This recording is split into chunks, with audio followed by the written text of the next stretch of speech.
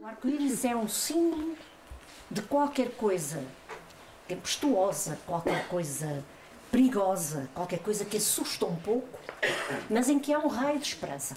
Por outro lado, o arco-íris tem uma outra simbologia que é extremamente importante. É que por trás de um raio de luz branca, quando desdobrado pelas gotinhas de água, mostra a enorme complexidade da luz. E então surgem as cores todas do arco-íris. Ora, o que acontece, e em educação isso acontece enormemente, é que as pessoas costumam tomar a interpretação dos problemas que têm, que enfrentam, através do senso comum. E naturalizam os problemas, tendo muito pouca preocupação de tentar descobrir porquê. Em multiculturalidade é qualquer coisa de extremamente simbólico, este fio da navalha.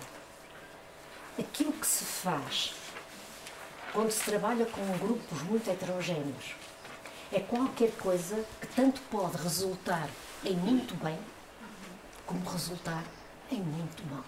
E o fio da navalha é isso. Quer dizer, a gente se tomba, pode ir pelo fio da navalha, mas às vezes pode tombar para um lado ou tombar para o outro. E isto, portanto, é simbolicamente uma forma de dizer que é preciso estar extremamente atento à forma de atuar com um público que é heterogéneo. Porque nós podemos estar com a melhor das intenções, e, no entanto, estar a proceder de forma que não é adequada. O que eu me proponho fazer com vocês é caminhar um pouquinho em cima de alguns conceitos e depois, numa segunda parte, vos falar de 2 ou 3 experiências que usam esses conceitos para se falar sobre elas, né? Há palavras que a gente cansa de dizer e que vão se esvaziando de significado, vão sendo tão naturalizadas que a certa altura toda a gente fala delas. Uma dessas palavras que toda a gente fala, parece uma evidência, é a comunidade. As primeiras palavras que nos vêm quando a gente pensa em comunidade, quais são? Grupo. Como? Sociedade, grupo, sociedade. Redes.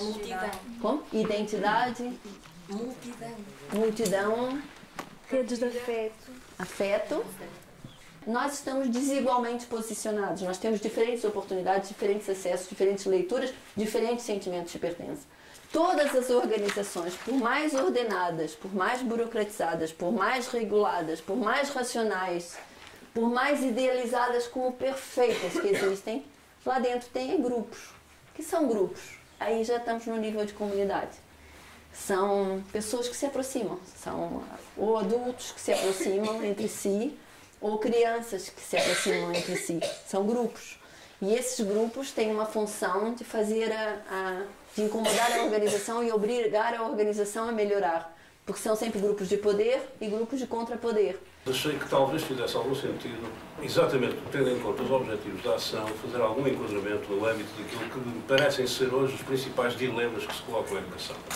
O que é que nós podemos hoje na escola fazer que de margem da autonomia é essa que afinal ainda podemos ter, no sentido de fundar práticas de transformação. E eu começo um pouco para dar um mote daquilo que me pretendo dizer, com uma citação de José Gil, que corresponde muito àquilo que eu penso.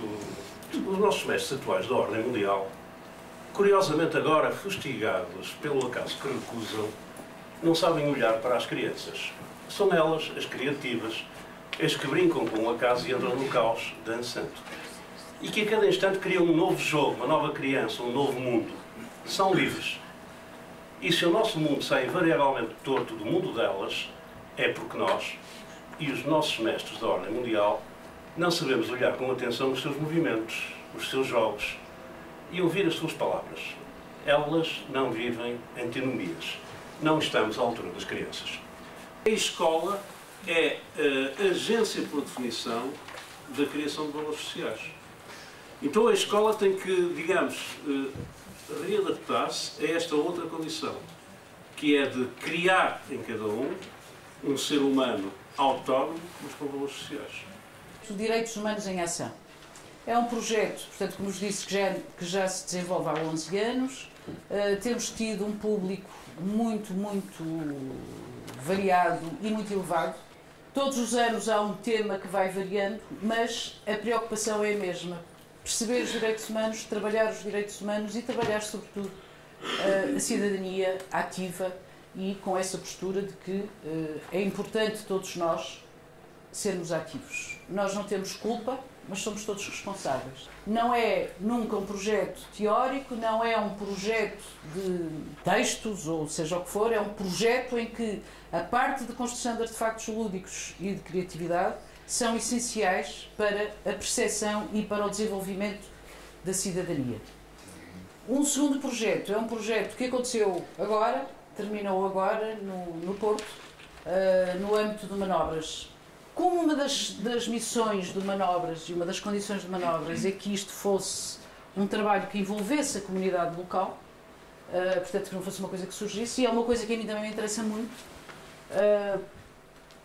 resolvemos então juntar tudo. Pegar num edifício abandonado do Centro Histórico do Porto, trabalhar com as pessoas locais e não só, portanto também estava aberto às pessoas de fora, e transformar esse espaço, requalificar esse espaço, portanto nunca era reconstruir, nunca era requalificar, num espaço de brincar.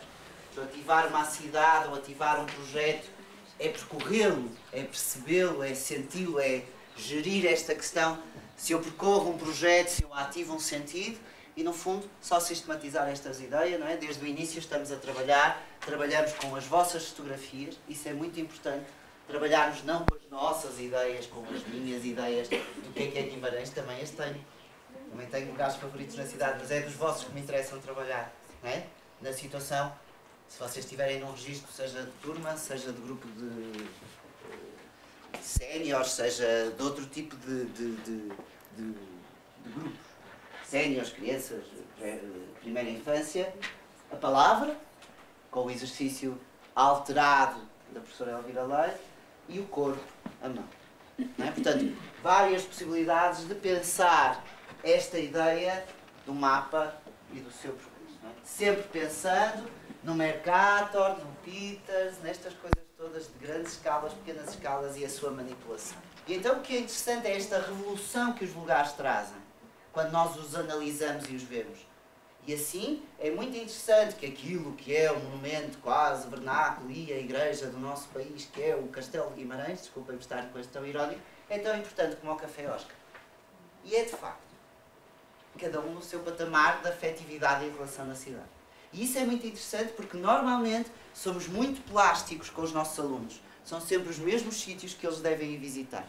E esquecemos que se calhar pode ser muito interessante o sítio que ele mais gosta, aquele canto do jardim ou aquele canto da casa, e isso é capital da cultura.